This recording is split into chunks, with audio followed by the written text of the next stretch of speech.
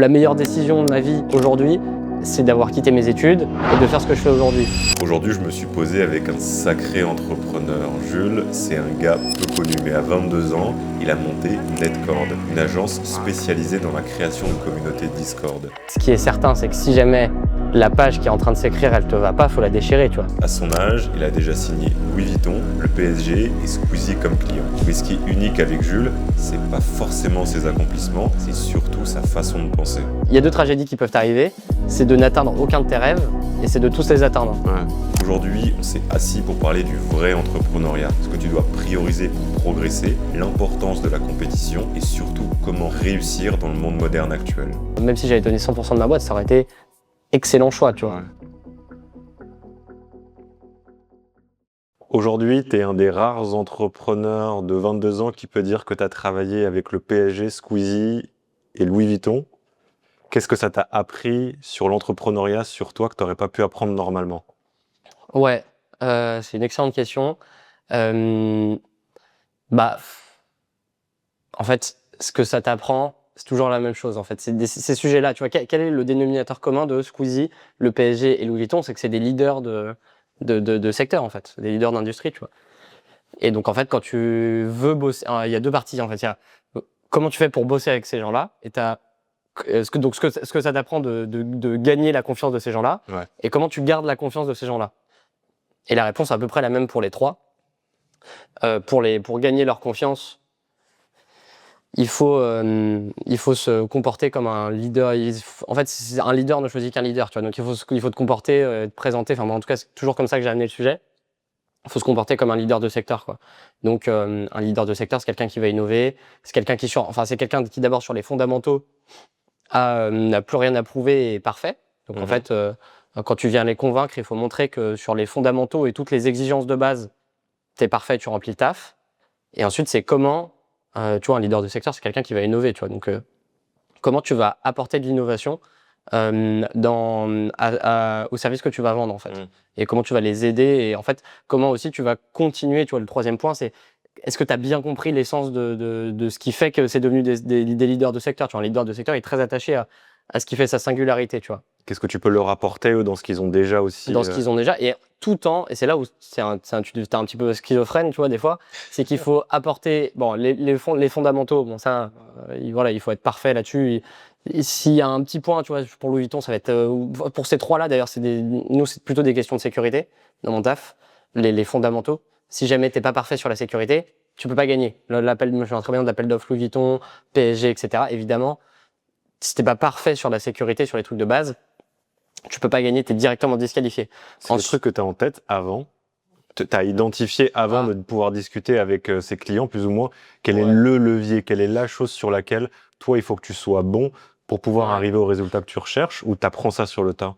Bon, tu apprends ça en fait, à force de parler, nous, on parle vraiment beaucoup avec des leaders de secteur, tu vois, mais en vrai, après, tu te mets à leur place. Déjà, ils sont très, on va dire, ils sont très vocaux à propos de ça, tu vois. Je me souviens très bien de Louis Vuitton, l'appel d'offres, il est très, très, très détaillé. Bien plus que d'autres acteurs. Et donc, en fait, ils disent, moi, je parle de mon cas, ils disent voilà, les fondamentaux, pour eux, c'est super important. Mais tu sais que si jamais tu réponds que sur les fondamentaux, tu peux pas gagner, tu vois. Parce que les fondamentaux, tu vois, ça s'apprend dans les bouquins, en fait. C'est quelque chose que tu peux observer très facilement. Les compétiteurs vont aussi l'avoir. Ouais, exactement. Et donc, tu te dois du coup d'aller plus loin. Et en fait, là où c'est un petit peu paradoxal, c'est que tu te dois d'aller plus loin et donc d'innover. En fait, c'est des gens qui ont envie de faire un truc profondément singulier, quoi, qui ont envie d'avoir une approche profondément singulière parce qu'ils ont raison. Ils ont conscience qu'ils sont des acteurs profondément singuliers de leur marché. Et donc, il faut leur proposer quelque chose de profondément innovant et singulier, mais qui doit rester dans la continuité de ce qui fait de leur ADN, si tu veux. Tu peux pas proposer à Louis Vuitton d'avoir une grosse innovation qui n'est pas compatible avec le fait que c'est une maison de luxe qui a telle histoire, tu vois. Pareil pour le PSG, pareil pour Squeezie, pour ce que tu veux. Et donc en fait, il faut être assez bon pour avoir l'idée la plus innovante, mais tout en montrant, tu vois, que tu as bien fait tes devoirs et que tu comprends exactement leur ADN, tu vois.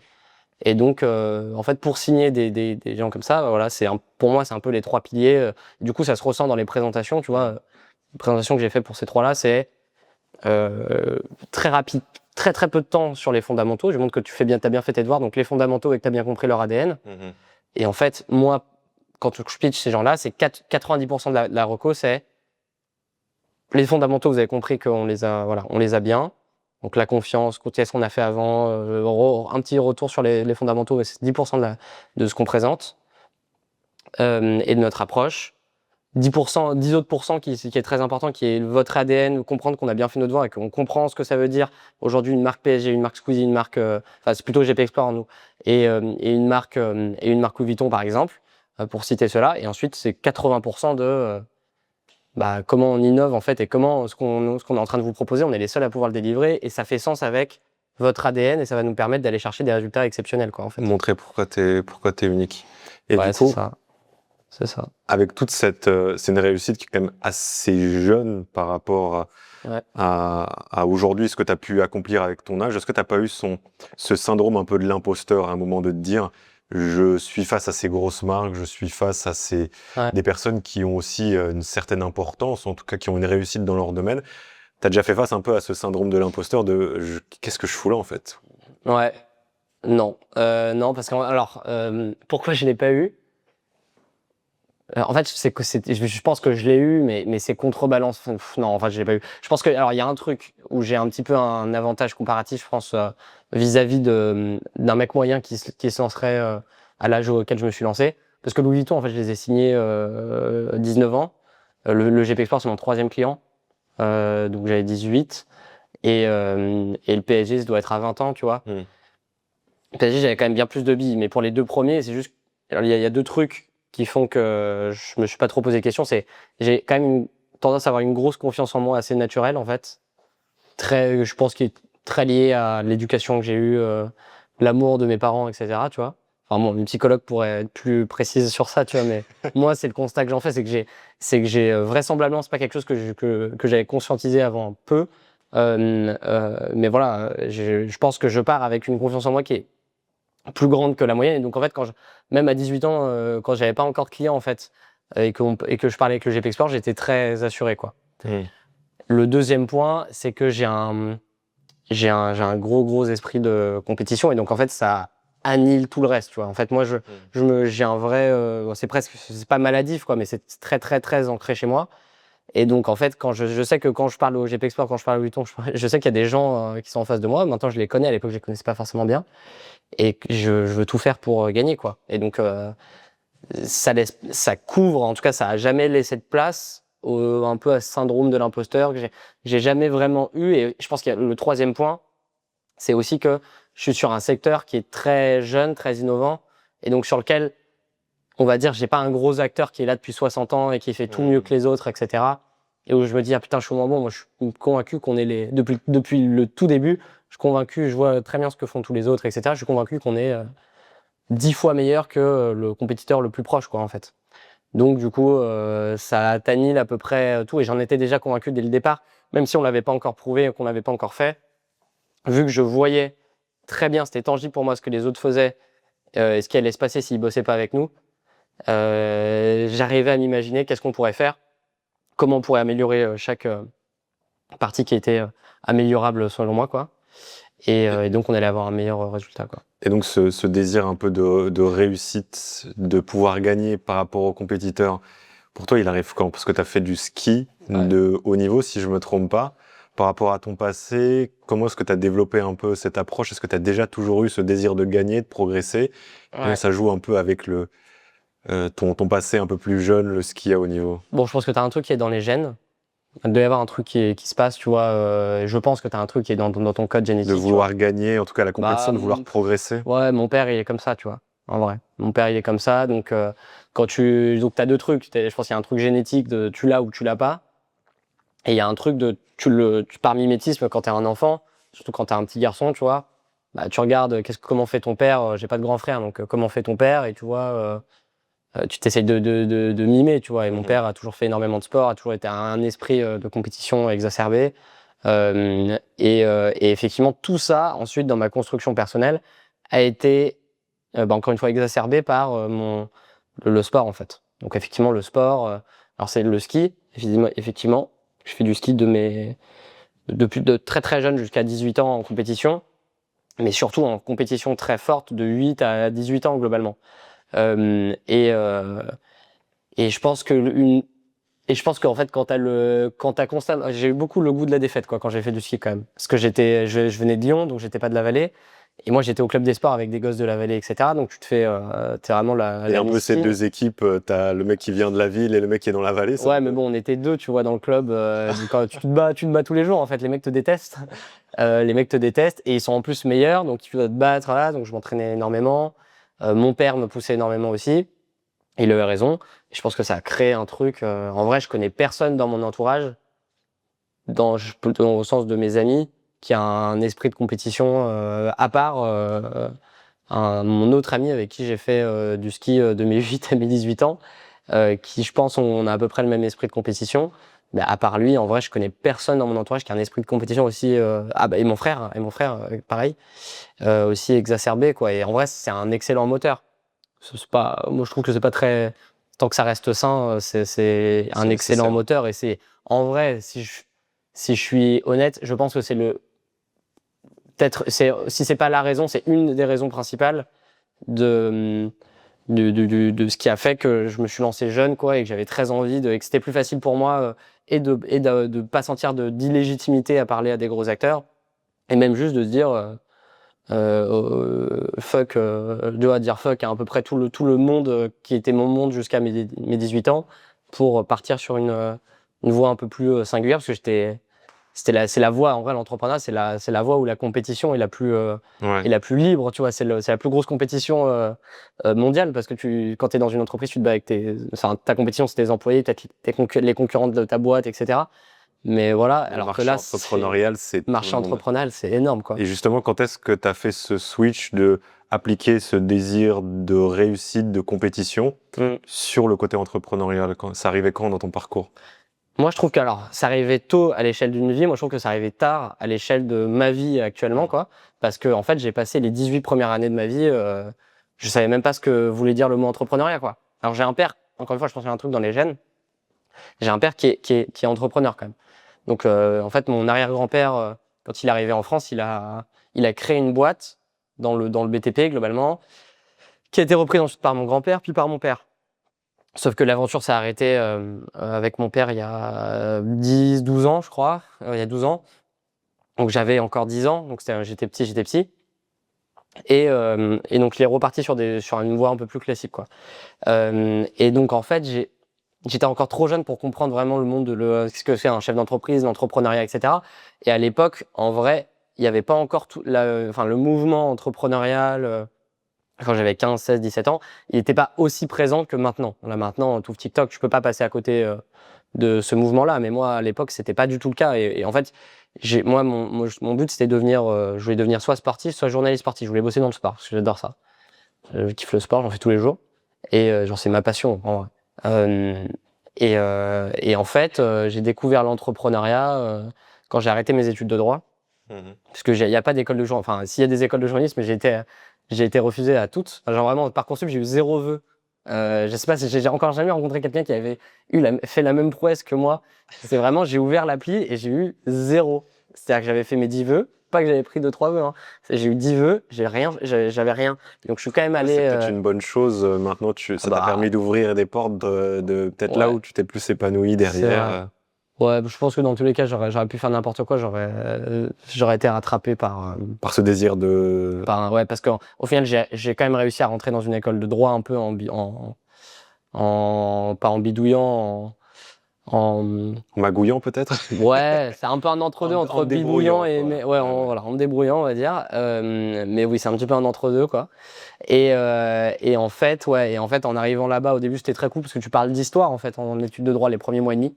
Si tu fais l'histoire du droit, donc tu as la Constitution, donc la Révolution et tout machin, c'est très cool.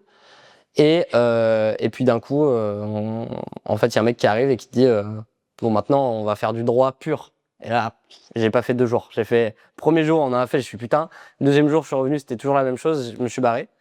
Mais je continue à aller à l'école, à l'université à Lyon, parce que je voulais pas que mes parents sachent que j'arrêtais.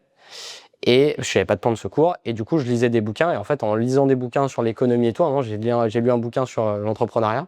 Putain, mais en fait, c'est ça que je veux faire, quoi. Et en fait, du coup, j'ai tapé entrepreneuriat sur YouTube. De fil en aiguille. Et de fil en aiguille, voilà, j'en suis arrivé à ça. Je me suis dit, ok, putain, tu sais, il y a eu ce truc de. J'ai été attiré vers ça assez naturellement. Et après, le moment où change ta vie, quand c'est vraiment ta voie, le moment où ta vie change à tout jamais, enfin, en tout cas pour moi, c'est le jour où tu vends un truc, quoi. Tu vends un truc par toi-même. Moi, je me souviens, donc 2-3 semaines après, je me suis inscrit sur Malte, qui est un réseau de freelance, quoi. Il y a 2 mecs qui m'ont appelé. Premier jour, j'ai vendu 2 trucs. J'ai fait 1 000 € le premier jour. Putain. Le soir, j'étais entrepreneur. En fait, il y a un truc qui se passe il y a un truc qui switch. J'ai de nulle part, on m'a rien donné plus ou moins. J'ai fait quelque chose et là, j'ai eu un retour. Par toi-même, quoi. Ouais. Et donc, je sais pas. Alors, je pense que si jamais, en fait, ça convient ou ça convient pas aux gens. Moi, en l'occurrence, c'est le truc c'est le moment de ma vie où j'ai eu le plus gros, les gens appellent ça le aha moment. Ouais. Tu vois? Ce déclic. Putain, il y a un truc, je m'en souviendrai toute ma vie. Tu vois, la première fois, le premier signé à 500 balles. J'étais chez ma copine de l'époque. Je suis allé la voir, elle était dans la cuisine, tu vois. J'ai fait, mais là, je viens de faire 500 balles, tu vois. C'est presque irréel. Et moi, je me sens, ça l'avait pas choqué autant que moi. Moi, j'étais choqué, bro. J'étais choqué. J'étais en mode, et tu sais, d'un coup, t'as tout d'avoir un espèce d'écran de fumée qui s'évapore, tu vois. T'es en mode, ok, on m'a menti toute ma vie, en fait. Toute ma vie, on m'a dit que c'était, que voilà, pour gagner telle somme, il fallait faire ça. Moi, j'avais bossé à la plage et tout, les étés, machin, pour m'acheter un scooter. Et là, d'un coup, je fais 500. Enfin, moi, c'était presque le prix de mon scooter, tu vois. Moi, mon scooter, il coûte 700 balles. Je viens de faire 500 balles. Je suis devenu fou, tu vois. Et 2 heures après, 500 balles. Je me souviens que le soir, et c'est là où tu vois qu'il y a un vrai changement et qu'il y a un truc qui s'est déclenché, c'est qu'en fait, c'est quand ta vision de toi-même a profondément changé, tu vois. Et moi, ça a très vite profondément changé parce que je suis assez incisif comme gars. Et donc, en fait, moi, je me souviens, le soir, j'avais une soirée avec des potes. Et je leur disais, ça y est, je suis entrepreneur et tout, machin. Et ma posture, elle est totalement changée. Et depuis ce jour-là, voilà, moi, j'ai compris que ce jour-là, à cette heure précise-là, j'ai compris. Donc le côté presque identitaire de je suis qui derrière va changer les actions. Ouais. Mais bon, après, il faut que ça demande de la place en fait, d'avoir ça. Et donc effectivement. C'est-à-dire de la place. Bah, ça demande de la. En fait, tu peux pas. Si tu vois, je te prends. En fait, c'est comme si t'écrivais une nouvelle ligne sur une feuille. Tu vois, si la feuille, il y a déjà quelqu'un qui est en train d'écrire et qui l'a déjà remplie, tu vois. Tu peux pas changer d'identité. C'est pour ça que tu peux pas changer d'identité à 90 balais, tu vois. Ça n'existe pas. Ta vie est déjà écrite, etc. Ça demande de la place. Et le problème que j'avais, c'est qu'on essayait quand j'étais plus jeune, c'est que j'avais vraiment l'impression que j'étais en train d'écrire une page. C'était pas moi qui écrivais, tu vois. Le stylo m'allait pas, il y a rien qui m'allait. La couleur m'allait pas, le stylo m'allait pas, la gueule de la page, le livre n'allait pas. C'était vraiment. Et donc c'est pour ça que j'ai arraché la page, tu vois. Donc c'est pour ça que j'ai quitté mes études de droit. Et puis après, il y a des trucs. Soit t'arraches la page, soit l'encre coule toute seule, tu vois. Enfin, la page s'efface toute seule, tu vois. Et moi, c'est aussi ce qui s'est passé au même moment. C'est que au même moment, tu vois, en fait, j'ai arrêté le ski.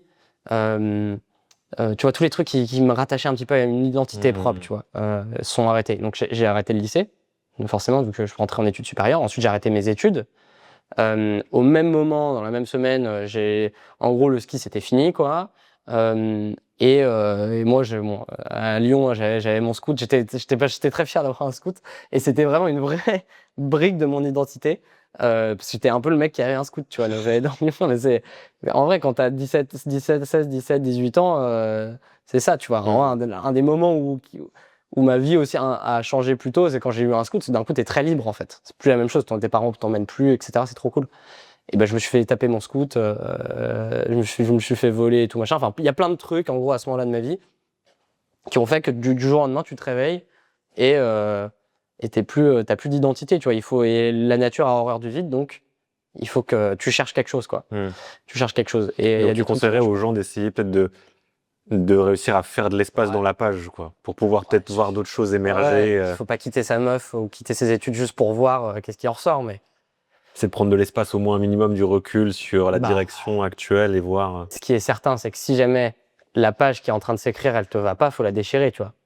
Enfin, tu vois, au bout d'un moment, tu vas pas. Il y a pas 36 solutions, tu vois. Tu peux pas rester Tu peux pas rester OK, bah c'est bon, je continue d'écrire, tu vois. Et ce qui est difficile, c'est quand tu connais rien d'autre que cette page. Je pense que c'est C'est ça aussi la raison pour laquelle les gens ne C'est le l'enlèvent filtre. pas, c'est que t'as genre, j'ai juste connu ce livre en fait, donc faut que j'enlève la chose, mais qu'est-ce qu'il y a derrière? Et ça, je pense que ça fait bien peur. C'est un peu un saut dans C'est le filtre. dans l'inconnu. Bah, c'est là où en vrai la personnalité fait que fait aussi un premier filtre, tu vois. Et c'est pour ça que l'environnement, tout ça a un énorme impact. Moi, je suis pas du tout en train de dire que tous les gens qui entreprennent, qui ont le courage de déchirer la page, en fait, c'est juste du courage et c'est des gens exceptionnels, etc. Je pense pas. Je pense que tu as un truc et de personnalité et d'environnement et de capacité à te casser la gueule aussi. Parce que moi, mes parents, ils ont une bonne situation. Je pouvais me péter la gueule, même si pendant 3 ans, il se passait rien, je vais pas être à la rue, tu vois. Même si ça m'aurait bien fait chier, j'ai eu la chance de pouvoir prendre des risques assez facilement, quoi. Et puis, bah, l'environnement, parce que j'ai un père qui était entrepreneur avant. Bon, ils étaient pas du tout pour que j'arrête mes études ou quoi que ce soit. Je suis beaucoup embrouillé avec eux à cette époque-là. Mais on va dire, voilà. Et puis, je pense que le plus gros filtre, c'est la personnalité. Moi, je me pose pas de questions, quoi, en fait. C'est-à-dire que j'ai pas fait de calcul. Ça a des bons et des mauvais côtés. Mais et faisant pas de calcul, si quelque chose me va pas, je le déchire, quoi, tu vois. Sans savoir si c'était, si c'est une bonne décision ou pas, tu vois. Et je pense qu'aujourd'hui, c'est un truc qui est nécessaire pour beaucoup de gens qui vivent dans leur tête, tu vois. Ouais. C'est arrêter de toujours se dire, est-ce que c'est le choix parfait? Est-ce que je devrais faire ça? Quelles vont être les conséquences? C'est enlève la page, quoi. Agis, fais un truc, amène un changement. Pas forcément changer ta vie de A à Z, mais accepter que tu vas devoir trier, tu vas devoir arrêter des choses et pas juste constamment te dire qu'est-ce que je dois faire maintenant à tout prix. Et surtout quand t'es jeune, en fait, t'as tellement d'espace, tu peux faire tellement de choses. C'est ça. Et le vrai piège, c'est se dire qu'avant de bouger, il faut savoir exactement où tu vas, tu vois. Non, en vrai, il faut de l'inertie, tu vois. L'information vient de l'action et c'est un truc qui est vrai dans peu de domaines, en fait. Le fait que l'action apporte de l'information. En général, tu vois, en fait, si tu vois, si tu veux devenir avocat, si tu essayes de plaider, c'est pas comme ça que tu vas apprendre. C'est pas la meilleure manière d'apprendre, tu vois. Ouais. Tu peux pas deviner la loi, tu vois. T'es obligé de l'apprendre, t'es obligé d'apprendre comment, tu vois. Tu peux pas aller passer le barreau à la one again comme ça, sans avoir lu aucun bouquin et le passer, tu vois. Parce que tu connais pas les lois, tu connais pas, etc. Pareil pour devenir un médecin, tu vois. Enfin, ça n'aurait aucun sens. Et pourtant, bah, il y a certains domaines dans lesquels, en fait, le plus important, c'est créer de l'inertie. Donc, créer du mouvement, et que ce mouvement-là va créer de l'information. Et effectivement, tu n'as pas besoin, et c'est ce qui bloque la plupart des gens, en vrai, et des jeunes surtout, c'est que tu n'as pas besoin, d'attendre, en fait, d'attendre de savoir exactement ce qui va se passer, d'avoir un plan bien établi avant d'y aller.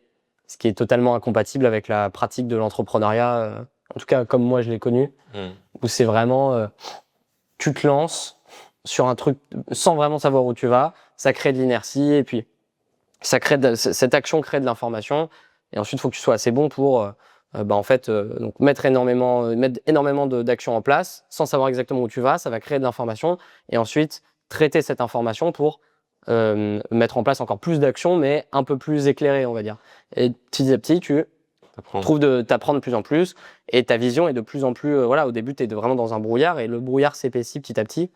Et c'est pour ça que des gros entrepreneurs de 50, 60 ans, 70 ans, etc., en fait, ils ont une vision qui est bien plus large et bien plus précise que... via l'action. Et c'est parce qu'ils ont entrepris énormément d'actions, tu vois. De la même manière... c'est pas parce que tu fais 30 ans dans une agence que tu vas en tant qu'employé que tu vas pouvoir, enfin que tu auras la capacité d'être un excellent chef d'entreprise dans une agence, tu vois. Peut-être que justement, en plus, c'est peut-être l'opposé, tu as été formaté, tu as été habitué à penser d'une certaine façon qui peut être antinomique, en tout cas à l'opposé de peut-être ce dont tu as besoin pour réussir dans l'entrepreneuriat. Et avant de continuer, petit message rapide, ça fait plus de 8 mois qu'on travaille en silence sur un prochain produit lucide. C'est quelque chose que j'utilise dans mon quotidien depuis des semaines maintenant et qui a complètement changé mes performances mentales et physiques. C'est un produit qui n'existe pas en France, c'est du jamais vu et on travaille dessus d'arrache-pied depuis un bout de temps. Si tu es ambitieux, si tu as envie de maximiser tes performances mentales et physiques et tes progrès dans ta vie de tous les jours, j'ai créé ce produit pour toi. Je te mets un lien en description qui va te permettre d'en savoir plus sur le produit et également de pouvoir avoir accès à ce qu'on développe depuis plus de 8 mois et le produit sur lequel on a investi des dizaines de milliers d'euros en avant-première. Ce sera le premier lien en description, tu pourras en savoir plus sur ce projet, sur ce produit et avoir accès au produit. Drinklecite.fr, on repart sur l'épisode. Tu parlais d'information. Moi, je trouve que dans tes choix, par exemple, avec du coup Netcord, tu as fait des choix qui étaient plus sur accumuler de l'information plutôt qu'un gain purement capital. Par exemple, tout ce qui a pu se passer avec Kudak ou autre. Est-ce que tu peux nous dire un peu comment est-ce que tu étais par rapport à ça et les choix qui ont fait que tu as choisi peut-être de choisir plus l'information qu'un gain purement financier à ce moment-là? Ouais. Bon, évidemment, j'ai quand même envie de gagner. J'ai fait des choix qui vont dans les deux sens en vrai. Mais j'essaie quand même toujours de me forcer. C'est une maxime que je me mets et qui des fois n'est pas super simple à tenir d'ailleurs. Mais j'essaie toujours de me forcer à prendre la voie qui va, à privilégier la voie qui va apporter le plus d'informations plutôt que celle qui va apporter le plus de capital. Si j'arrive à faire les deux, c'est cool, tu vois. C'est le meilleur des deux mondes. Pourquoi ? Parce que je considère que le pourcentage de chances que tu crées une énorme, je parle vraiment dans la discipline entrepreneuriale, que tu crées une énorme boîte, que tu réussisses, que tu t'accomplisses personnellement entre tes 20 et tes 30 ans, c'est zéro en fait. Il n'y a personne qui a fini le jeu et tu n'as pas envie de finir le jeu à 30 ans. Est-ce que tu peux le finir aussi, c'est la question? Est-ce qu'il y a une fin? Je pense qu'il y a des gens qui arrivent à... Et c'est très malheureux, tu vois. Je sais plus quel philosophe dit ça. Je me demande si c'est pas... je sais plus qui c'est. Je vais pas dire de conneries. Mais il dit il y a deux tragédies dans la vie. Il y a deux tragédies qui peuvent t'arriver. C'est de n'atteindre aucun de tes rêves et c'est de tous les atteindre. Ouais. Et je pense qu'atteindre tous ces rêves, c'est horrible. Et surtout les atteindre à 25-30 ans, c'est horrible. Et c'est d'ailleurs pour ça que si tu regardes beaucoup de célébrités, elles deviennent dépressives, elles tombent dans la drogue, elles se suicident. Parce qu'en fait, t'as rêvé d'une vie de star et t'as été formaté pour ça toute ta vie, ta jeunesse. Tu l'atteins à 25 ans, mais ok, what's next, tu vois. Donc c'est compliqué. Et donc, j'ai toujours été assez... ça a toujours été assez clair dans ma tête. Même si j'ai envie de gagner le plus d'argent possible et d'avoir la plus grosse réussite possible, c'est vers ça que j'essaye de bosser tous les jours le plus rapidement possible. Parce que sinon, voilà, il faut quand même avoir un objectif et il faut essayer de l'atteindre le plus rapidement. Je suis pas vraiment de ceux qui vont essayer de temporiser, etc. C'est pas vraiment dans ma nature. Au maximum, j'essaie de maximiser l'information parce que je pars du principe que vraisemblablement, il y a très très peu de chances que j'ai aujourd'hui les clés pour bâtir une entreprise, bâtir une vie qui va me satisfaire à mes 30 ans. C'est plutôt un game qui est là pour me satisfaire à des années durant, tu vois, dans des années plus tard. Et donc, pour moi, l'enjeu entre 20 et 30 ans, je schématise, mais c'est pas aussi facile que ça, mais dans mon point de vue, c'est grossièrement mon point de vue en gros, sur cette question. Je considère qu'entre 20 et 30 ans, ton taf, c'est d'engranger le maximum d'informations. Aussi d'engranger le maximum de capital, c'est important, mais l'information aura en fait un bien plus gros levier par la suite que le capital que tu peux gagner, tu vois. Et donc ouais, c'est toujours comme ça. Donc tu parlais de Kudak, en fait j'ai donné une grosse partie de ma boîte. Alors à l'époque où elle valait pas grand chose, donc il faut remettre aussi dans le contexte, mais en me disant, en faisant un calcul simple, j'ai donné 40% de ma boîte en fait à ce moment-là à Kudak en me disant, c'est des entrepreneurs qui sont plus vieux, qui ont plus de sagesse et qui ont accès à un réseau encore plus de personnes encore plus exceptionnelles et qui ont fait qui ont des styles de vie, des types de boîtes, etc. que j'aurais eu envie de fonder, quoi, et que j'ai envie d'avoir. J'ai énormément à apprendre de ces gars-là. 40% de ta boîte quand tu as 18 ans et qu'elle fait encore pas grand-chose, c'est rien, parce que tu pars du principe que, déjà, je suis toujours parti du principe qu'avec eux, il suffit que ma boîte devienne 2 fois plus grosse pour que je sois gagnante. C'est un gain, ouais. Si on prend juste la décision, tu vois, arithmétique. Et surtout, même si c'était pas le cas, je le referais tous les jours et je conseillerais à tout le monde de faire des choix similaires parce que quand bien même ça n'aurait eu aucun, et ça en a eu énormément, gain capitalistique, les informations, le réseau, l'avance que ça me donne d'un point de vue maturité, etc. En fait, c'est quelque chose qui va me servir pour cette boîte-là, mais c'est surtout quelque chose qui va pouvoir me servir sur la deuxième, la troisième, la quatrième, la cinquième, et sur toute ma vie au plus global, parce que c'est des gars, les personnes avec lesquelles je me suis associé, qui m'ont fait grandir aussi en tant qu'humain, bien au-delà de ma boîte. Et donc, en fait, c'est un impact que j'ai payé sur le capital de cette boîte-là, mais qui a un énorme impact sur toute ma vie, quoi. Penser plus long terme. Et pensez pas juste retour sur investissement financier, mais toutes les choses qui sont peut-être moins tangibles et qui derrière vont payer encore plus de dividendes que peut-être garder plus de parts dans ta boîte qui en fin de compte... À 20 ans, pour moi, c'est un non-sens, tu vois. C'est un non-sens. Il y a des mecs comme ça qui sont OK pour s'associer avec toi. Moi, c'est les mecs dont je regardais les vidéos, j'étais fan, donc j'étais un peu biaisé, tu vois. Je regardais à fond, j'adorais cette aventure-là. Mais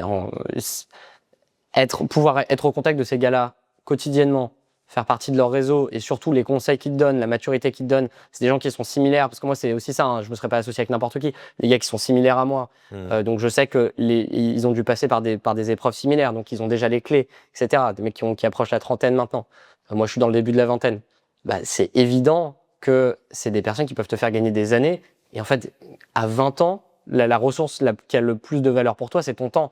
Effectivement, à 80 balais, t'as plus de temps, donc ce qui a le plus de valeur, c'est autre chose, c'est ton héritage, c'est l'argent que tu as, donc qu'est-ce que tu vas pouvoir léguer aussi, tes propriétés, tout ce que tu veux.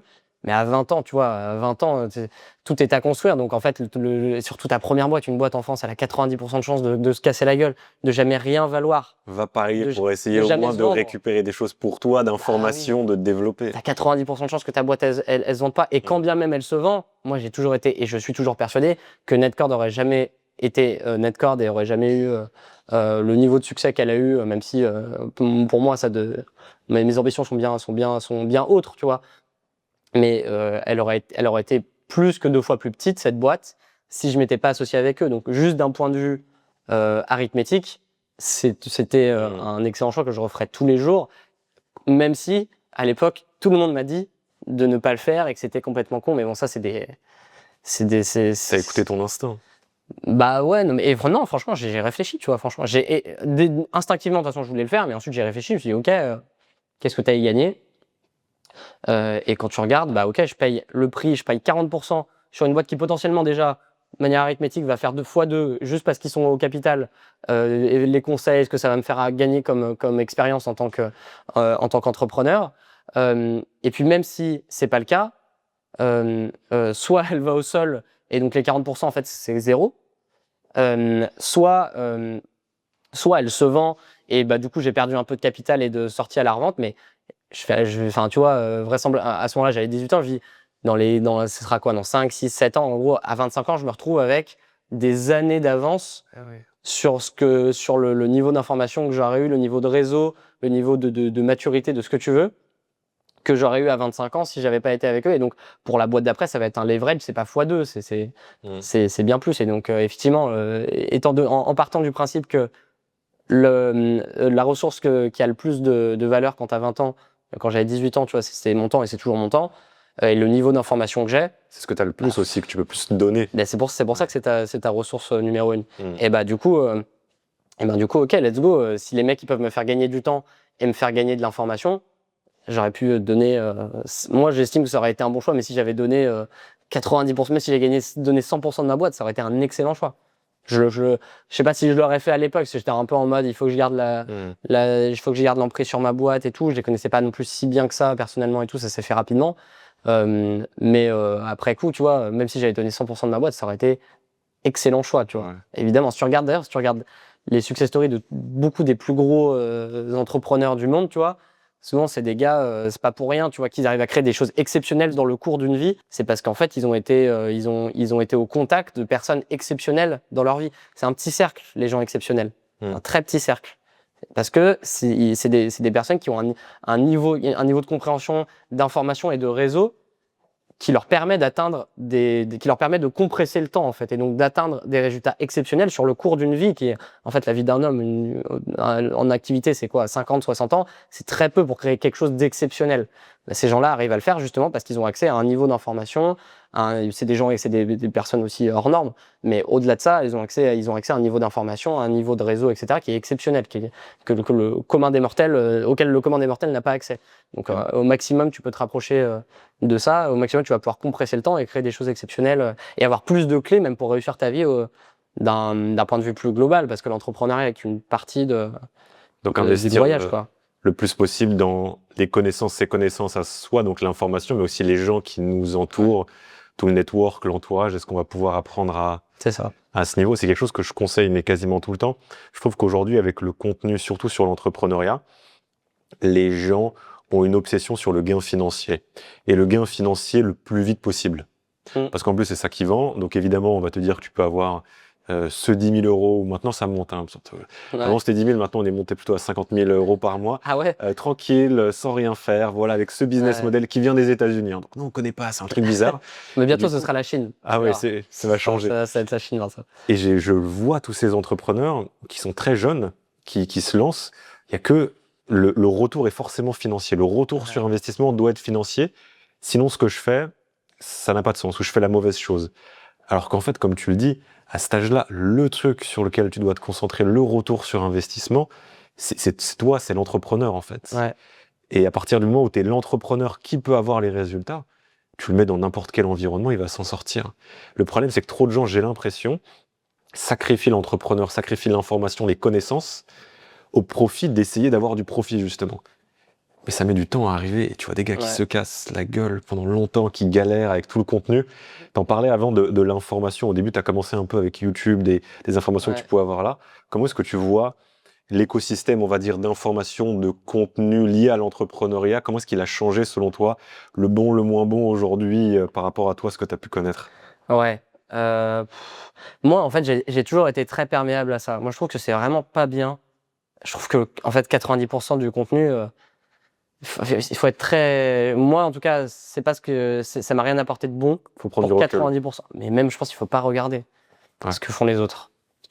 Parce qu'en fait, le problème, c'est toujours pareil, c'est que l'humain, et surtout quand tu es jeune, tu vois, tu es très enclin à chercher la validation des autres, tu vois. Avant, qu'est-ce qui te rend profondément rempli, tu vois, qu'est-ce qui te remplit, qu'est-ce qui te comble, qu'est-ce qui crée de la joie, tu vois, vraiment durable chez toi.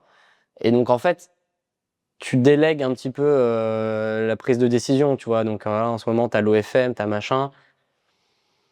Bah voilà, en fait, c'est une ode au capital. Enfin voilà, c'est une ode au capital qui avait pas vraiment. Je trouve qu'il y avait peut-être moins avant. Moi, en fait, j'ai très peu regardé de contenu et je regarde toujours presque pas de contenu entrepreneurial, tu vois.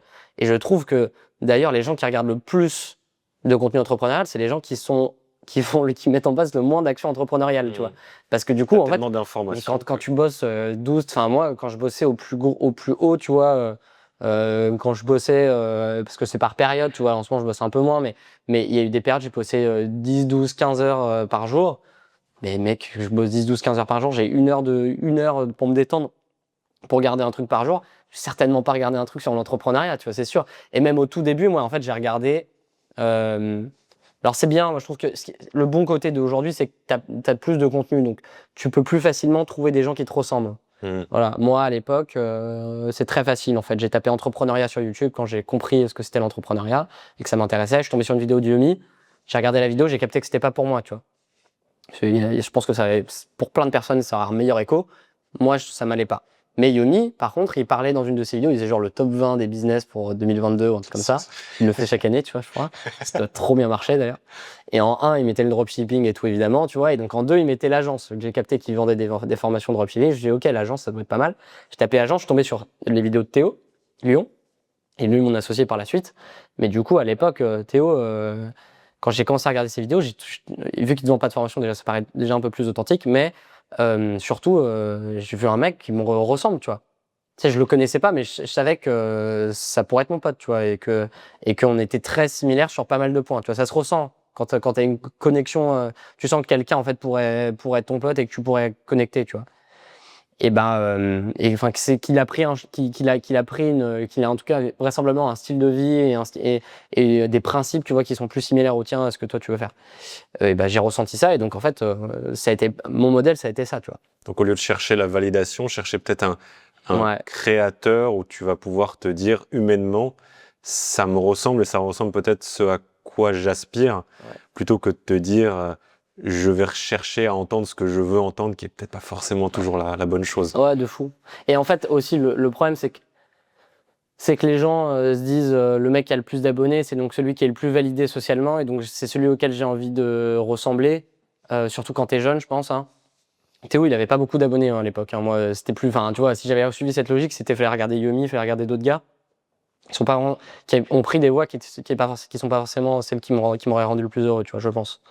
Et juste, voilà, je trouve que c'est un super outil. Les réseaux sociaux sont un super outil pour trouver des gars qui te ressemblent et voir, et tu vois, comme un bouquin, quoi, et pouvoir voir quels choix ils ont pris, quel retour ils ont sur les choix qu'ils ont pris, pour que ça te donne des clés, pour que ça t'ouvre l'esprit, etc.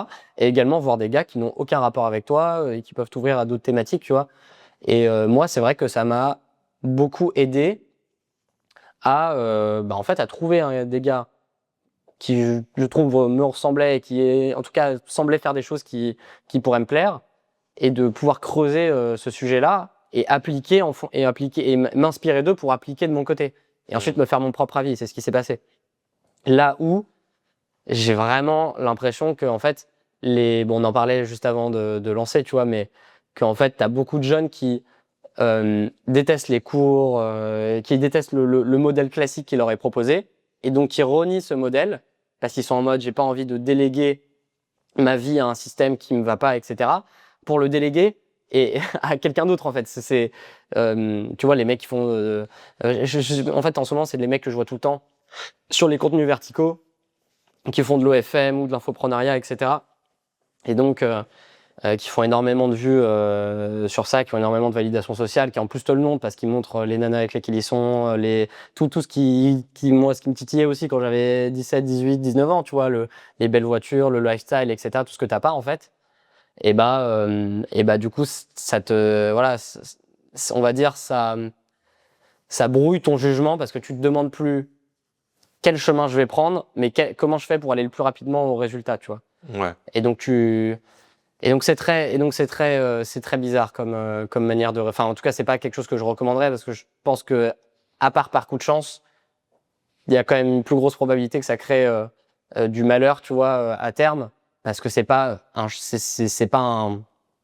chemin qui te convenait, tu vois. Rapidement les gars, on a transformé cette conversation avec Jules en un protocole. Tous les conseils de Jules et de moi dans un seul document pour que tu puisses utiliser nos différentes idées dans ton quotidien. Ce sera dans la description, c'est complètement gratuit. Tu as juste qu'à rentrer ton email et tu vas recevoir le protocole pour pouvoir l'utiliser dans ton quotidien. On repart sur l'épisode. Imagine, aujourd'hui, tu es de retour à peut-être 16, 17 ans, tu commences à entreprendre, mais dans le monde actuel. Qu'est-ce que tu conseillerais à ton toi du passé qui pourrait être le mieux à la fois pour son épanouissement et pour sa réussite entrepreneuriale, ce qu'il devrait faire dans le monde actuel qui a peut-être quand même un petit peu changé depuis quelques années par rapport à l'entrepreneuriat? Qu'est-ce que je me conseillerais? Ça a un petit peu changé, mais en fait, ce qui change pas, c'est que toi, t'as envie de... Toi, en fait, quand t'as cet âge-là, quand t'as 16, 17, 18 ans, même 20, même 22, tu vois, en fait, quand t'as pas encore connu, t'as pas encore d'expérience, il faut t'en créer. Parce qu'en fait, il y a aucun moyen de savoir ce que tu veux si ce n'est par l'expérience, tu vois. C'est pas en lisant des bouquins, en regardant des vidéos YouTube que tu vas capter qu'est-ce que t'as envie de faire, tu vois, de ta vie, tu vois.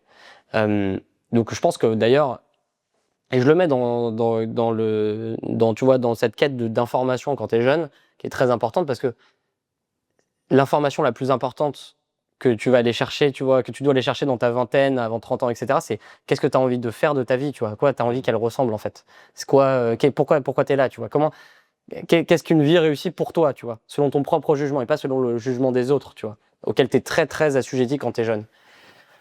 Et donc, en fait, un jeune, parce que du coup, c'est plutôt un conseil pour un jeune qui serait intéressé par l'entrepreneuriat, donc quelqu'un qui n'a pas trouvé sa voie, et dont la voie classique ne lui correspond pas.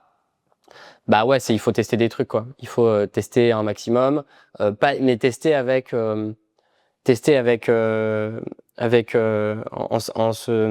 comment dire, Avec une sorte de méthode, hein, être un peu plus méthodique. Non, en fait, ce que je veux dire, alors ça va être horrible parce que je vais le dire en anglais, je vais avoir envie de me baffer, mais avec dedication, tu vois, je sais pas comment dire. Ok, donc un vrai choix, une volonté d'aller dans cette direction, quoi. Ouais, c'est ça. De pas forcément se dire, je fais un pied à l'intérieur et derrière, je regarde un petit peu derrière, voir ce qui se passe. Avec, j'arrive pas à trouver le mot. Avec abnégation, avec, voilà, vraiment en t'y mettant à 100%, tu vois. Ouais, faire un choix et se dire, ok, j'y vais. Je m'y tiens pas pour 2 semaines, tu vois. Le problème, c'est qu'il y en a beaucoup qui passent, vu que les trends changent, et que ces gens-là, et que tu as beaucoup de jeunes qui suivent les tendances. Là, c'est l'OFM. Dans 2 semaines, je me souviens qu'à un moment, c'était les SMMA, tu vois, genre les Social Media Marketing Agencies, qui en plus n'a aucun sens, tu vois. Social Media Marketing Agency, enfin bon, ça, SMMA Agency, en gros, ils disaient, enfin bon, c'était trop bizarre. Donc voilà, les mecs passent de tendance en tendance. Le problème, c'est que t'as pas le temps de prendre du recul et de capter si c'est vraiment quelque chose qui est pour toi. Donc, je dirais de prendre de l'expérience, tout en mettant beaucoup d'intensité à chaque fois que tu entreprends quelque chose, tu vois. Et moi, c'est ce qui a marché pour moi, en fait. Je suis allé sur mon créneau. Du coup, quand je me suis lancé, c'est boîte de service sur Discord. Je suis allé à fond sur de la boîte de service sur Discord et j'ai fait ça ça fait 4 ans que je fais ça, maintenant. Parce que j'ai commencé en freelance d'abord. Je fais 1 an de freelance à peu près. Voilà, je suis allé à fond là-dedans. J'aimais bien. Faut que ça plaise, voilà. Faut que ça plaise quand tu te lances. Mais le plus important, c'est de créer de l'inertie et qu'il se passe des choses, en fait. Et tu vas pas trouver la boîte de ta vie vraisemblablement, à part si j'en connais des entrepreneurs, et ça crée du coup d'ailleurs des entrepreneurs ultra successful. Si t'as de la chance, tu vas trouver la boîte de ta vie first shot, mais en vrai t'as 99% de chance que ce soit pas le cas. Mais par contre, c'est une super opportunité de créer de l'information, en fait. Et donc va sur voilà, si tu sens qu'il y a quelque chose qui t'attire, mais qui t'attire profondément, toi, qui t'attire pas parce que tu l'as vu sur un réel Instagram, moi ce qui était le cas pour Discord, que personne faisait en vrai à l'époque, vas-y à fond. Si ça prend, accélère. Si ça prend pas, tu pivotes sur un autre truc que t'aimes bien, etc. Mais il faut créer de l'inertie, tu vois. Et tout ça va créer de l'information. Et après, plus tard, avec toute cette information, tu pourras faire un choix pour ta vie, quelque chose de plus. Et c'est pas grave si ça marche pas. Il faut tout faire pour que ça marche extrêmement bien dès le départ, mais il faut pas se mettre de pression.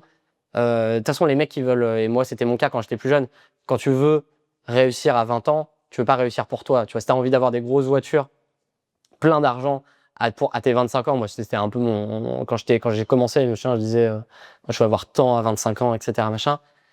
Tu le fais pas pour toi, tu le fais pour les autres, tu vois. En vrai, t'as pas besoin. Moi je disais, je veux 2 millions à 25 ans, tu vois, cash. Et ça n'avait aucun sens, tu vois. D'ailleurs, je sais même pas pourquoi je disais 2 millions et pas 10, tu vois. Pourquoi pas 10, tu vois. D'où sort ce chiffre? Je sortais de nulle part, tu vois. C'était juste un truc très. J'avais le feu, tu vois. J'avais une haine. Ça t'aide à avancer, ça te donne quelque chose qui va, là, pour le coup, te forcer à aller dans cette action et aller dans le mouvement. Après, il faut suivre. Non, mais je pense que d'ailleurs, un autre conseil qui est bien, c'est quand même de suivre ses propres instincts, parce qu'il y a que surtout pour les gens les jeunes qui à 18, 19, 20, 22, avant 25 ans qui entreprennent, c'est un truc très animal, tu vois. C'est un truc, ça veut dire que c'est des gens qui ont totalement refusé la voie classique, la voie par défaut. Et donc c'est des gens qui sont souvent très instinctifs et d'ailleurs qui écoutent pas qui écoutent pas tellement les conseils, tu vois, qui sont en mode, moi c'est comme ça que j'étais, tu vois, tant que j'ai pas vu que ça marchait pas, tant que je me suis pas pris la claque en pleine gueule, je comprends pas qu'il y ait une claque, tu vois. Et donc faut tester tout, il faut suivre ses instincts, aller à fond, mais essayer d'y aller avec le plus d'intensité possible pour trouver les réponses le plus tôt possible, tu vois. Moi j'ai essayé, effectivement, je voulais gagner de l'argent tôt, j'ai essayé d'aller gagner de l'argent le plus tôt possible. J'ai gagné très bien ma vie très vite en fait. Et je me suis rendu compte, et après je me suis rendu compte que du coup il y a d'autres aspirations qui s'étaient créées. Et je pense que c'est tout le temps ça, c'est quelque chose de continu, parce qu'en fait le jeu, effectivement, tu le finis vraisemblablement jamais, tu vois. En fait, s'il y a des milliardaires qui sont pas 100% heureux et épanouis dans leur vie et qui cherchent d'autres choses, etc., c'est bien que le but, c'est presque d'aller chercher, justement, voilà, continuer à avancer, donc baisser la pression et aller à fond dans ce que tu fais, et pas chercher à te dire que là, la voie que je vais prendre, c'est la bonne chose. Mais c'est quelque chose, moi, sur lequel j'ai eu beaucoup de mal quand j'ai commencé à entreprendre, c'était, j'ai un profil qui est un peu différent du tien. C'est-à-dire que j'ai trop tendance, en tout cas, j'avais beaucoup tendance à être dans une réflexion. Ça se voit. Je pense que ça se voit quand on discute. Moi, c'est l'inverse, c'est que toi, tu réfléchis bien plus de fou. En vrai, c'est quelque chose que j'essaie souvent de dire, c'est que il n'y a pas une voie pour réussir. De fou. Et trop souvent, tu vois un profil et tu te dis, ah ouais, ce mec, il a réussi, c'est parce qu'il est comme ça, comme ça, comme ça, mais moi, je suis pas comme ça, donc je vais pas réussir. Ouais. En fait, il y a un mec qui est avec la même approche que toi, le même mental que toi, qui a eu les mêmes résultats, voire presque plus. Et trop souvent, on va essayer de se dire, de chercher la solution de, ok, comme un personnage presque de jeu vidéo, je veux développer, il faut que j'ai ces traits de caractère, ces machins-là et tout ça. Alors en fait, non, il y a des mecs qui réussissent, qui sont très introvertis, d'autres qui sont très extravertis, d'autres qui vivent dans leur tête, d'autres qui vont très vite dans l'action. Donc il y a différentes approches. Mais moi, au début, j'avais cette difficulté à me dire, je sors de ma tête, j'agis, je vais dans l'action. Et c'est extrêmement important, je trouve, de se connaître, de savoir quelles sont ses forces, quelles sont ses faiblesses. À partir du moment où tu sais que tu es quelqu'un qui est trop dans ta tête, trop à réfléchir, bah, il faut que tu mettes en place des choses pour aller plus ou moins à l'opposé de ça, d'aller dans l'action et faire. Et moi, une phrase qui m'a beaucoup aidé au début de l'entrepreneuriat, c'est juste me dire, c'est presque impossible que ton premier business soit ton dernier business. Donc en fait, arrête de chercher à réussir dedans comme si ça devait être le truc que tu allais faire toute ta vie. Parce que quand tu as cette pression de te dire « je vais faire ça pendant le reste de mes jours », et ben en fait, tu te dis « là si j'aime pas l'action que je dois faire, j'aime pas cette partie du business, ah bah il y a un problème dedans, faut que je change, tu vois. » Et t'arrives jamais à cette vélocité, ces résultats que tu as seulement quand tu vas aller à fond dans un truc. Donc essayer de baisser cette pression, mais en même temps te dire « je suis all-in en fait dans ce truc, je vais à fond ». Et même, et je pense qu'en fait, vraiment ton taf numéro 1 quand t'as pas 30 ans, tu vois, c'est capter qu'est-ce qu'une vie réussie selon toi. Quelle est toi ta définition d'une vie réussie, tu vois. Parce que le problème, et en vrai d'ailleurs, moi, ce que j'ai cherché à fuir en me lançant dans l'entrepreneuriat, qui est un truc assez récurrent, tu vois, c'est de fuir les standards qu'on essaie de t'imposer sur la vie réussie, tu vois.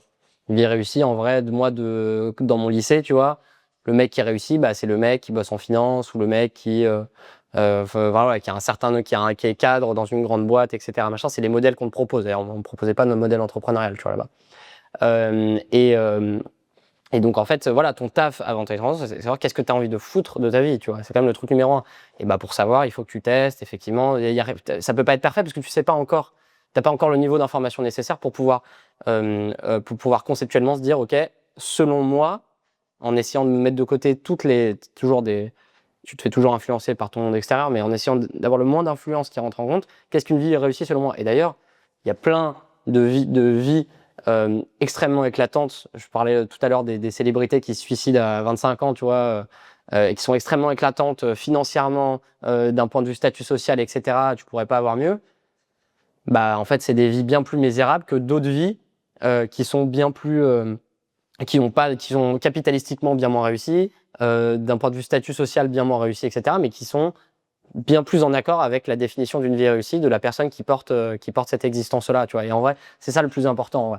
Moi, enfin voilà, c'est le seul truc qui importe. La meilleure décision de ma vie aujourd'hui, c'est d'avoir quitté mes études et de faire ce que je fais aujourd'hui. Pas parce que j'ai gagné de l'argent ou parce que je passe dans des podcasts, tu vois. C'est pas ça, tu vois. Je suis très très content. Mais justement, en fait, j'ai envie de te dire, c'est pas ça d'une manière finie. C'est-à-dire que moi, ça crée du bonheur.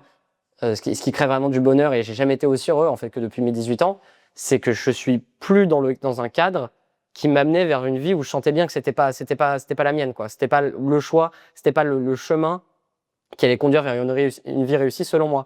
Et donc en fait, ce qui crée du bonheur chez moi et ce qui crée de la plénitude, etc., c'est le fait que j'ai l'impression chaque jour d'avancer vers une vie réussie selon mes propres critères. Une vie réussie, moi je vais prendre les miens par exemple, une vie réussie selon mes propres critères.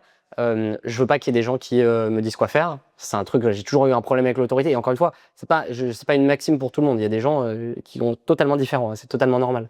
Et donc pour qui les choix que j'ai faits seraient de très très mauvais choix. C'est pour ça que c'est très difficile de donner des conseils.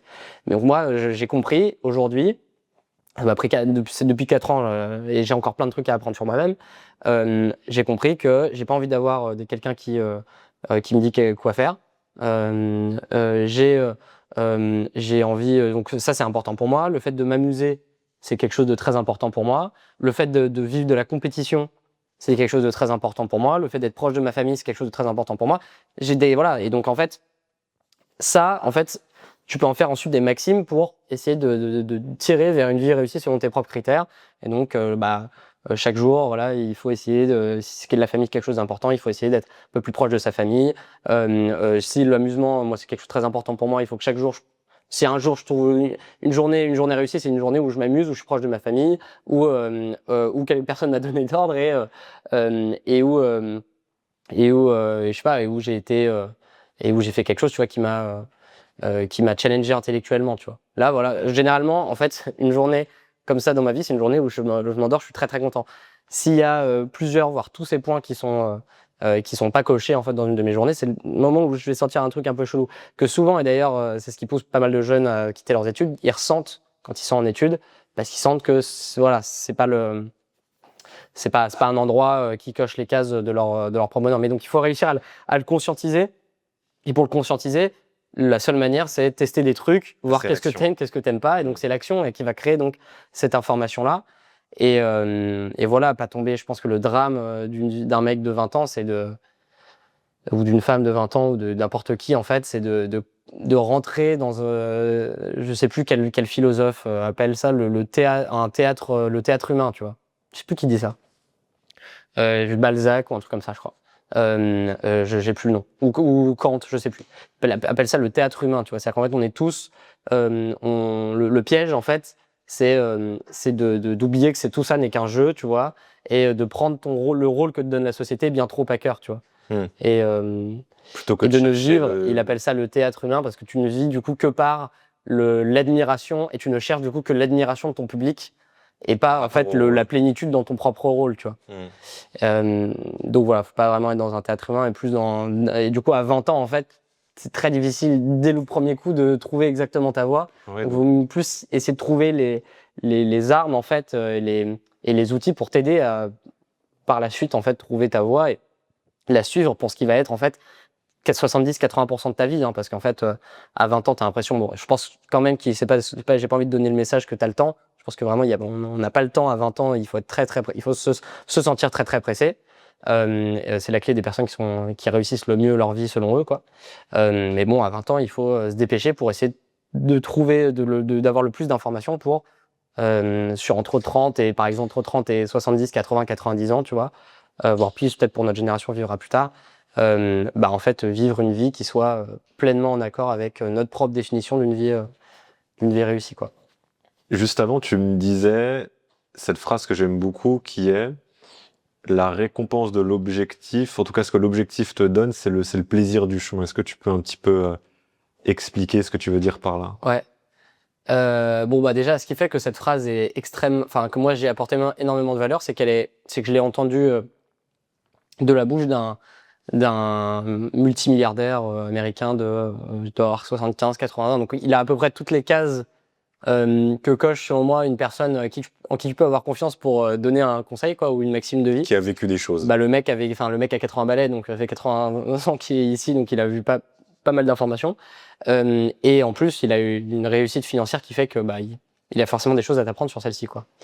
Et donc ouais, il disait cette phrase, je crois que la phrase exacte, ça doit être un truc genre le chemin est le cadeau que te donne l'objectif, quoi. Et donc en fait, et moi je le ressens aussi un peu plus dans mon quotidien aujourd'hui, où en fait l'humain, faut pas oublier un truc, c'est que on cherche tous dans l'entrepreneuriat, vu que la réussite dans l'entrepreneuriat, le fait de réussir dans ce jeu-là, tu vois, est quantifié par la somme d'argent que tu arrives à gagner à la fin. Du coup, c'est un peu tous notre maxime et notre objectif. On a tous soit un chiffre, soit une exit en tête, un truc, voilà. On veut tendre vers quelque chose.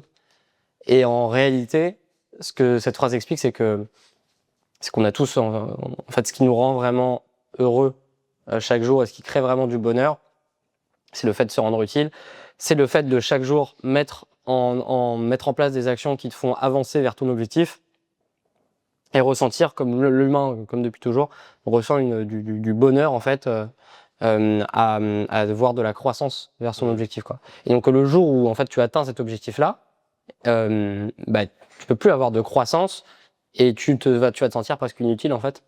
Et donc c'est là où tu vas te rendre compte que finalement, et c'est un peu la tragédie humaine, quoi, tu peux te rendre compte qu'une fois que tu as atteint l'objectif, mais qu'en fait le vrai cadeau que te faisait cet objectif et le vrai bonheur de cet objectif, c'était pas le fait de l'atteindre, en fait c'était le fait d'essayer de l'atteindre. Donc c'était tout le chemin qui amenait à l'objectif. Et en fait, pour prendre même un exemple plus personnel, dans la phase dans laquelle je suis aujourd'hui en tant qu'entrepreneur sur ma boîte, sur Netcorn, je suis plus du tout dans l'opérationnel. Et donc là, je suis dans une période, certainement la période où je bosse le moins depuis le début, quoi. C'est-à-dire que j'ai connu des périodes où je bossais 10, 12, 15, 18 heures par jour, quoi, vraiment. Et là, je suis dans une période où je bosse quelques heures. Ça m'arrive de bosser quelques heures par jour, quoi, à peine. Et j'ai eu cette réflexion il y a 2 semaines où je me suis dit, vraisemblablement, j'ai jamais eu autant d'argent sur des comptes en banque. même si c'est très loin de mes ambitions financières, évidemment, et même pour ma boîte. Et de la même manière, bah, j'ai plus de temps disponible que je n'en ai jamais eu, même quand j'étais plus jeune, quoi. Et pourtant, j'ai jamais ressenti autant une gêne, un truc physique, tu sais, au fond de toi, qui te dit putain, mais j'aime pas ce qui se passe, quoi. Tu veux être dans le mouvement, quoi. Tu veux te sentir utile. Tu veux te sentir utile.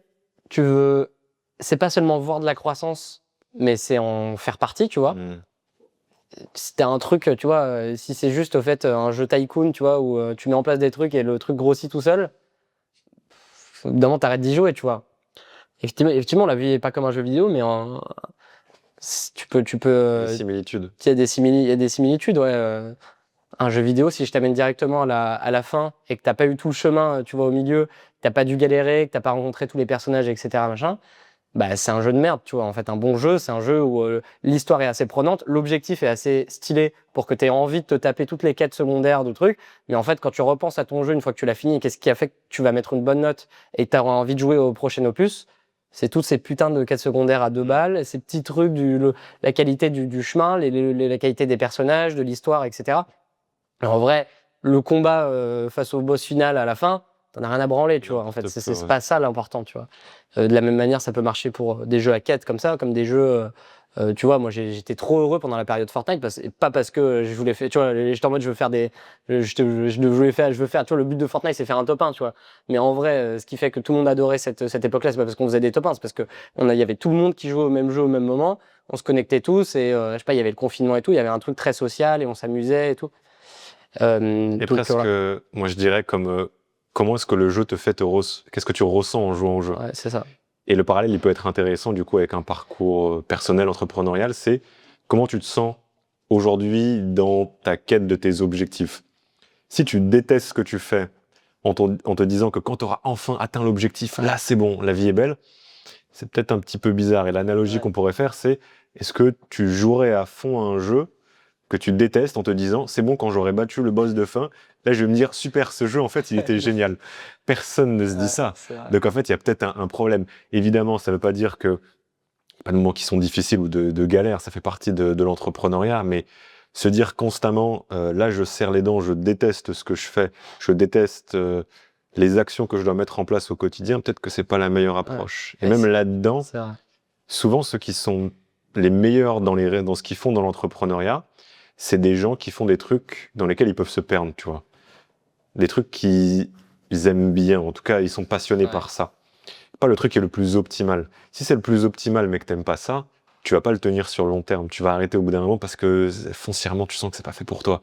Alors que peut-être un truc qui est sous-optimal, mais que toi, t'es prêt à faire pendant plus longtemps, avec plus d'intensité que les autres, ça se trouve, tu vas avoir 20 fois, 100 fois les résultats, parce que justement, tu vas pouvoir tenir plus longtemps, même si c'est pas optimal. Ouais, de fou. Et en plus, enfin bon, c'est un peu tragique pour tous les mecs qui sont, tous les mecs qui bossent je sais pas, c'est toujours, quand je me dis ça, quand je me repense à cette phrase, je pense toujours aux mecs qui bossent en finance jusqu'à 2h du matin, qui se font fouetter par leur boss et tout, et qui se disent, c'est pas grave, faut que je tienne parce que il y a l'objectif, il y a le pécunier, etc. Bah, en fait, ces gens-là vont au-devant de graves déconvenus, tu vois, d'une grande claque, en fait, qui va arriver, qui va te dire, mais en fait, putain, maintenant j'ai tout et j'ai perdu l'asset qui avait le plus de valeur, c'est-à-dire j'ai passé un chemin que j'ai détesté, tu vois, où je me suis fait, où j'ai vu personne, j'ai eu que des relations humaines merdiques, j'ai fait que bosser, et au final, pour un objectif qui ne me comble pas intérieurement, tu vois. C'est tout, Tu parlais juste avant, je trouve ça super intéressant, de cette notion d'être utile. Ouais. C'est quelque chose qui, selon moi, manque beaucoup dans l'écosystème entrepreneurial actuel, où c'est résultat à tout prix et non pas ce que tu vas vraiment créer, en fait, la valeur ajoutée. Et on en parlait juste avant, et je me reconnais tellement là-dedans, et j'aurais aimé aussi qu'on me le dise plus tôt, ou que j'apprenne cette leçon plus tôt, qui est, je cherchais pas, en tout cas, il n'y a pas forcément un gain à tout prix pécunier dans ce que tu pouvais faire, mais tu as été utile dans la valeur que tu as rapportée, et donc tu t'es retrouvé avec le gain pécunier. Comme si tu n'allais pas forcément le chercher, ça devenait une conséquence de la valeur ajoutée, de la transformation, de tout ce que tu allais pouvoir apporter avec ce que tu avais créé. Comment est-ce que tu vois ça aujourd'hui par rapport à ce que tu fais? Est-ce que c'est quelque chose maintenant que tu privilégies avant tout, cette utilité? Comment est-ce que tu approches un petit peu cette notion? Bah, en vrai, la base de l'entrepreneuriat, c'est comprendre quel problème tu résous, tu vois. Et donc, tu es payé en fonction de à quel point tu le résous bien et d'à quel point ce problème Important, est il est douloureux, fort, tu ouais. vois, et douloureux, en fait, vraiment pour les personnes pour lesquelles tu bosses. Et donc, évidemment, les plus gros marchés sont sur les problèmes les plus douloureux. Et donc, les meilleures entreprises du monde sont celles qui résolvent le mieux les problèmes les plus douloureux des gens, quoi. Et donc, oui, mais en fait, je pense que l'utilité, effectivement, plus ton produit est utile, plus les gens vont être enclins à le payer, et plus du coup tu vas capter de la valeur. Mais aussi, donc ça si on regarde ça d'un point de vue pécunier, quoi, capitalistique, c'est le meilleur moyen de gagner de l'argent, c'est d'être utile aux gens, quoi. Et aussi, je pense qu'il y a un autre aspect, c'est un aspect plus philosophique et plus mental, tu vois, psychologique. L'humain, t'as besoin de te sentir utile. C'est un truc ancré en toi.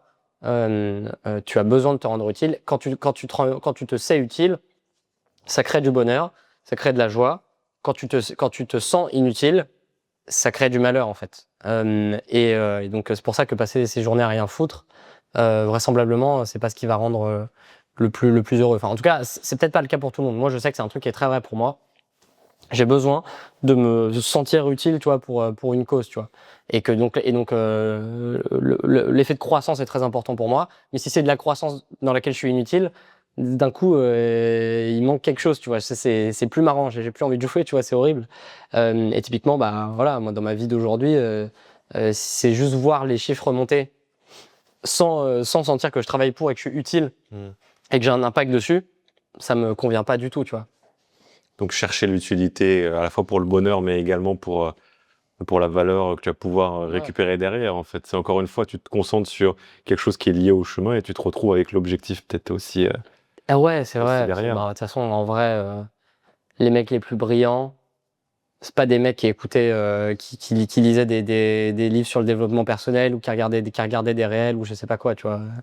C'est des mecs c'est des autistes du problème, tu vois. Genre, bah, tu regardes Elon Musk, Bezos, etc. Là, il y a pas longtemps, le mec de Cal AI, j'ai un pote, donc une boîte un peu comme qui a été rachetée très récemment, je crois 250 millions par le mec a 20 ans, ça a été racheté par MyFitnessPal.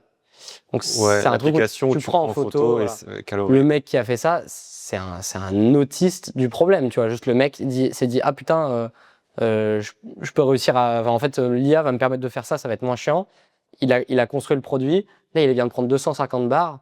Et il va pas à la plage ou dépenser son argent. C'est un mec, là, il veut rentrer à l'université, parce que j'ai un pote qui le connaît. Il veut rentrer à l'université pour reprendre des études, pour apprendre plus de choses, tu vois, parce que.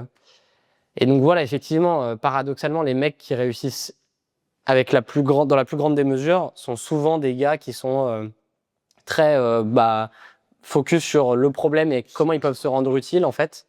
Plutôt que par de la réussite financière. Et c'est ce désintéressement de la réussite financière qui fait qu'ils arrivent, et cet intéressement au problème qui fait qu'ils arrivent à créer des solutions profondément uniques.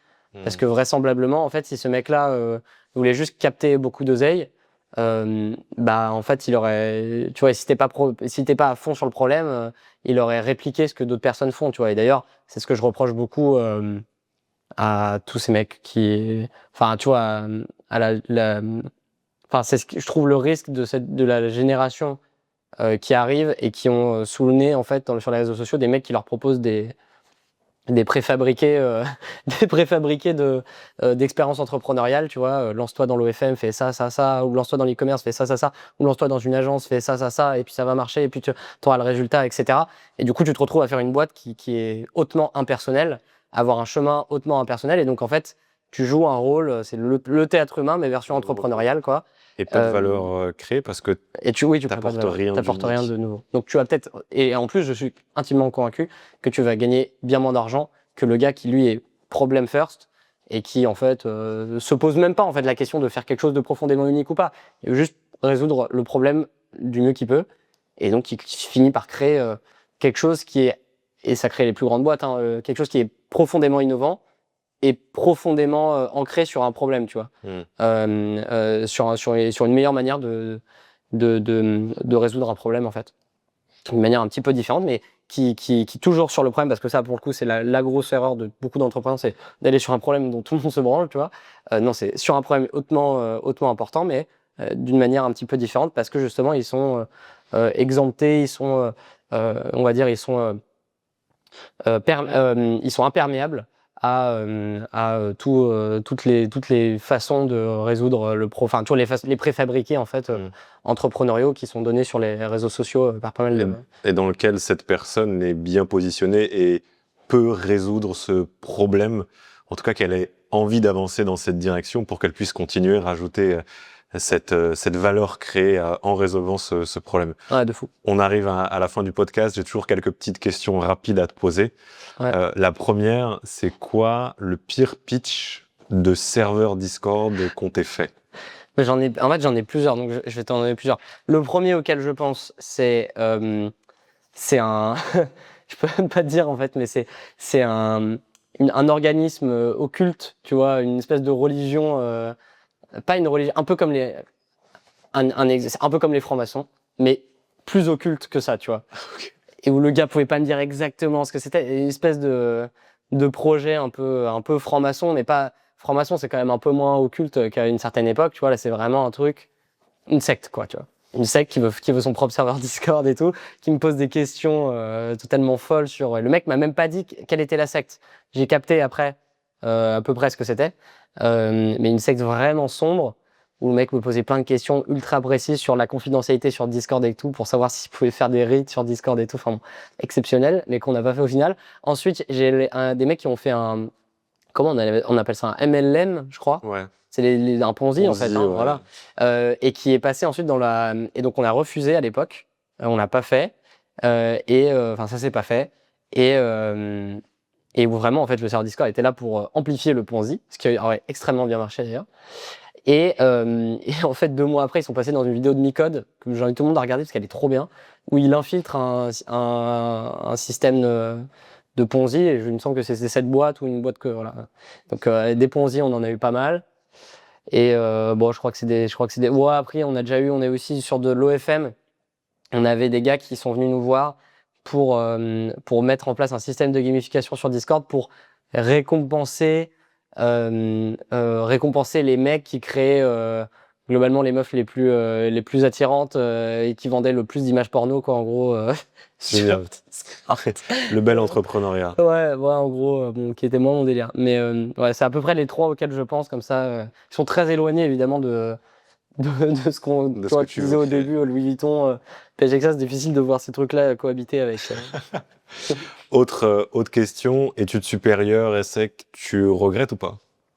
Ah non, je regrette pas. Moi, je trouve que c'était génial. Déjà, d'un point de vue social, c'est trop bien. Et puis ils ont été très cool avec moi, les secs. Je n'ai que du bien à dire sur cette école. C'était pas ma voie, donc c'est pour ça que je l'ai quitté. Mais moi, ils m'ont pas du tout bridé. Au contraire, ils ont été ultra arrangeants pour que je puisse continuer mes études en même temps de développer mon entreprise. Mais bon, il y a du légal en fait que tu dois faire. Tu as un certain nombre de cours, passer certains examens, etc. pour qu'ils puissent te donner le diplôme. Sinon, ils sont dans l'illégalité. Donc on n'a pas pu arranger assez pour que moi ça me convienne, mais génial. Et puis tu peux pas savoir qu'une voie n'est pas la tienne tant que tu y es pas allé. Donc moi même l'ESSEC c'était un rêve quand j'étais plus jeune. Moi comme je te disais tout à l'heure, j'ai eu 0 vœu sur Parcoursup. Donc l'année d'après quand j'ai pu rentrer à l'ESSEC, même si c'était le BBA et pas le programme Grande École, qui est un peu le truc, le débat que j'ai jamais trop compris dans les mecs qui font des écoles de commerce, quoi. Bah franchement c'était un rêve, j'ai trop kiffé. T'as une exposition à l'ambition dans ces écoles, je parle au top des écoles, hein. Les HEC, ESSEC, etc. Et encore HEC, moi j'ai d'autres associés qui y sont allés, c'est encore plus exacerbé. T'as une exposition à l'ambition, tu rencontres des gens qui viennent de familles exceptionnelles, de la grande réussite, etc. Donc, je pense que c'est super intéressant. Et puis la base, faut quand même pas oublier que des universités c'est là pour faire de la reproduction sociale. Pour les gosses de riches, donc c'est un très bon moyen aussi de faire du réseau et puis d'avoir une vie sociale très épanouie. C'est fait pour ça, les écoles de commerce en vrai. avant tout. Levée de fonds, oui, ou t'es fermé à l'idée? Franchement, pour moi, je suis ni pour ni contre. Si tu as besoin de faire une levée de fonds pour faire ton produit, tu fais une levée de fonds. Si t'as pas besoin, n'en fais pas. Ok, donc t'es Voilà. ouvert à l'idée dans le Je futur. suis plus autant. À un moment, j'étais en mode, ça, je suis pas fermé à l'idée. Si jamais ta boîte, La pour nécessité, réussir, hein. elle nécessite une levée de fonds ou qu'elle peut aller bien plus vite grâce à une levée de fonds, sans que ça cause de problèmes majeurs, il faut faire une levée de fonds. Si c'est pas le cas, voilà, il y a des exemples de boîtes incroyables qui ont levé des fonds et incroyables qui n'ont pas levé de fonds. Donc les deux se valent, tu vois. T'as la religion Moubèche et la religion ou la religion Mistral, tu vois, les mecs qui font des gros tours de table et tout. Les deux se valent. Franchement, tu peux pas faire Mistral en bootstrap. Tu peux pas faire ChatGPT tu peux faire OpenAI sans prendre de thunes. De la même manière, dans mon business actuel, dans les agences, ce serait, à mon sens, un non-sens de faire une levée de fonds. Voilà, je vois pas l'intérêt. Ok. Donc ça dépend du business. Ok. Ouais. Un entrepreneur qui t'a beaucoup influencé, qui prend pas beaucoup la parole, que t'aimerais un peu plus mettre en lumière, qui selon toi devrait partager plus ses idées au monde? Qui prend pas beaucoup la lumière, il y en a plusieurs. Je sais pas s'ils adoreraient que je dise leur nom, mais il y en a deux avec qui j'ai pas mal échangé, passé un moment, qui sont des entrepreneurs exceptionnels que personne de ma génération ne connaît. Et je parle dans le service. Pour le coup, du coup, mon réseau, c'est plus des gars qui font du service que des gars qui ont fait des grosses startups. Donc, je vais pas parler de tous les mecs, mes associés, etc., ou mes potes qui font déjà du contenu. Mais David Layani et Manuel Diaz, je trouve que c'est des mecs exceptionnels qui parlent pas, quoi. Manuel, j'étais avec lui la semaine dernière. Il m'expliquait. Donc, ils ont un point commun, c'est qu'ils tous les deux ont créé chacun a créé une des premières agences web. Chacun de leur côté. Donc des premières agences qui, en fin des années 90, début des années 2000, ont fait des sites web et ont proposé des services de transformation et proposent toujours des services de transformation des entreprises. Tu vois, ils les accompagnent sur de la transformation digitale, passer à l'ère du web, en gros. Ils ont fait des mastodontes, tu vois, des agences qui sont cotées, qui valent des centaines de millions d'euros, avec des milliers et des milliers et des milliers d'employés partout dans le monde. Des bureaux partout, enfin c'est des mecs exceptionnels et qui sont lancés à 18 ans, les deux. Donc je sais même pas s'ils se connaissent, j'imagine qu'ils se connaissent, mais c'est deux gars exceptionnels et qui parlent très très peu et qui sont tu vois, infiniment plus successful que 99% des gars qu'on voit. Des entrepreneurs qui parlent parfois, qui partagent beaucoup d'idées. Okay. Et puis bon, après moi, il y a un autre gars qui est très très inspirant pour moi, c'est Stéphane Courby, on en parlait tout à l'heure, parce que mon père travaille aujourd'hui avec lui, dans sa boîte. Et Stéphane, c'est un modèle c'est lui qui a lancé les enfants de la télé à l'époque, qui aujourd'hui, c'est le plus gros, il a fait une boîte qui s'appelle Banijay, qui est le plus gros producteur mondial.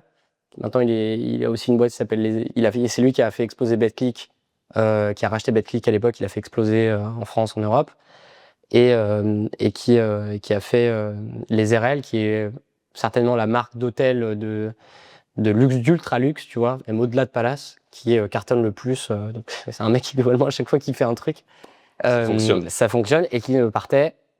Forcément, c'est encore plus respectable et impressionnant quand c'est des gens qui ne partent de rien. Et donc, quand tu pars d'un petit village, il a certainement eu une excellente éducation, mais voilà, il part pas, et vraisemblablement, il n'est pas parti avec des cartes exceptionnelles. Et aussi à une époque où t'as pas les réseaux, plus difficile peut-être aussi, il y a plus grosses barrières à l'entrée. Beaucoup de respect en fait pour tous les mecs qui sont devenus entrepreneurs à une époque où l'entrepreneuriat était très, à part Bernard Tapie, tu vois, il y avait personne qui t'expliquait que c'était possible, quoi. Le Jules dans 10 ans, il est où selon toi? C'est impossible de répondre à cette question. J'espère... le Jules dans 10 ans, t'imagines, gars? Qu'est-ce que t'aimerais peut-être, selon toi, dans quelle direction est-ce qu'il pourrait aller ou peut-être ce qu'il ferait au quotidien? Punaise, mec, j'en sais rien. J'espère que... Qu'est-ce que je peux espérer pour moi dans 10 ans? J'espère que j'ai trouvé la réponse à qu'est-ce qu'une vie réussie selon moi. J'espère que je suis toujours en train de bosser dessus, que j'ai le plus d'avancement possible sur la question. Et puis, j'ai envie de te dire, j'espère que le Jules dans 10 ans, il s'amuse toujours, il est toujours proche de sa famille, il se sent toujours utile et personne lui donne des ordres, tu vois. Si ça pouvait être ça, ce serait très bien. Et puis bon, j'aurai 32 ans, Ouais, bon, tu vois, vu que je suis famille, j'imagine qu'à 32 ans, j'espère que je serai pas dans un.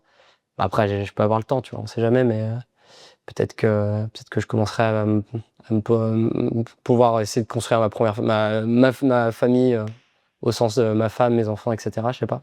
Mais alors, par contre, d'un point de vue entrepreneurial, c'est Difficile. très difficile de répondre à la question. J'espère juste que j'aurai plus d'informations sur qu'est-ce qu'une vie réussie selon moi qu'aujourd'hui et que si jamais c'est toujours le cas, et les piliers que j'ai cités juste avant sont toujours très présents quotidiennement dans ma vie, quoi, et de plus en plus, quoi.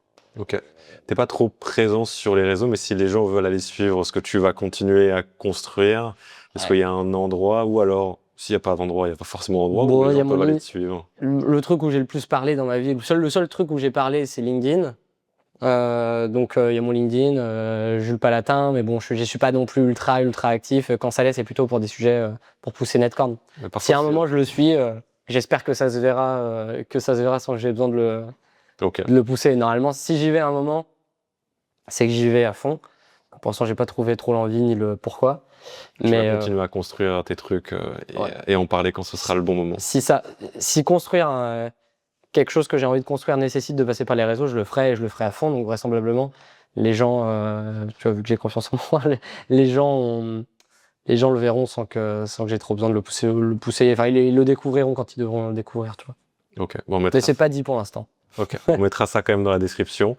Je te remercie, c'était un plaisir d'avoir cette discussion. Partagé. Ouais, merci encore pour l'invitation. Si t'es arrivé jusqu'ici, ça veut dire que t'as apprécié l'épisode. Ça me ferait tellement plaisir, peu importe où tu nous écoutes, que tu likes, que tu laisses un commentaire et que tu le partages à un ami. Ça nous permet de développer le podcast et de pouvoir inviter toujours de nouveaux membres, avoir de nouvelles discussions pour t'aider dans ton quotidien.